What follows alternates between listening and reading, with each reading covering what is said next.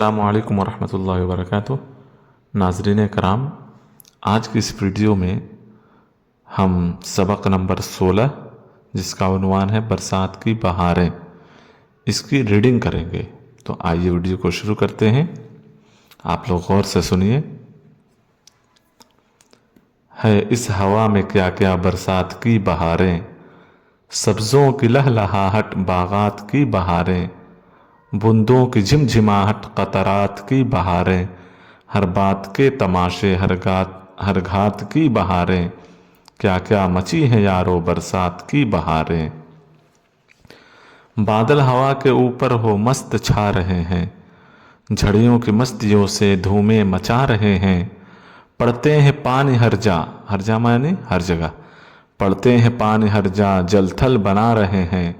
گلزار بھیگتے ہیں سبزے نہا رہے ہیں، کیا کیا مچی ہیں یارو برسات کی بہاریں۔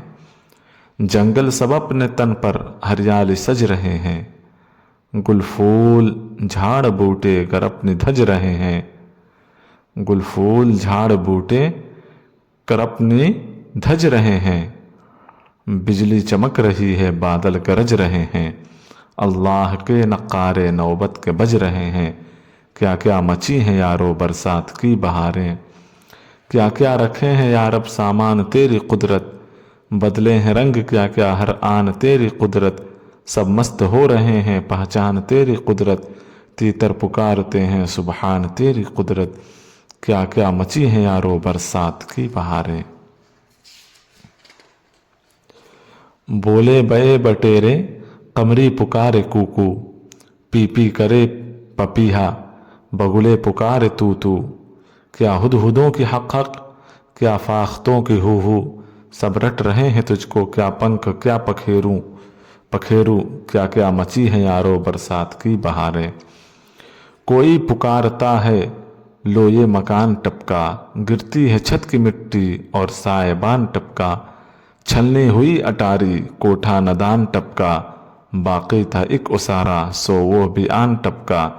کیا کیا مچی ہیں یارو برسات کی بہاریں۔ کتنے تو کیچڑوں کی دلدل میں پھنس رہے ہیں، کپڑے تمام گندی دلدل میں بس رہے ہیں، کتنے اٹھے ہیں مرمر کتنے اکس رہے ہیں، وہ دکھ میں پھنس رہے ہیں اور لوگ ہنس رہے ہیں، کیا کیا مچی ہیں یارو برسات کی بہاریں۔ جو اس ہوا میں یارو دولت میں کچھ بڑے ہیں، ہے ان کے سر پہ چھتری ہاتھی اوپر چڑھے ہیں، ہم سے غریب غربا کیچڑ میں گر پڑے ہیں، ہاتھوں میں جوتیاں ہیں اور پائچے چڑھے ہیں، کیا کیا مچی ہیں یارو برسات کی بہاریں۔ یہ رت وہ ہے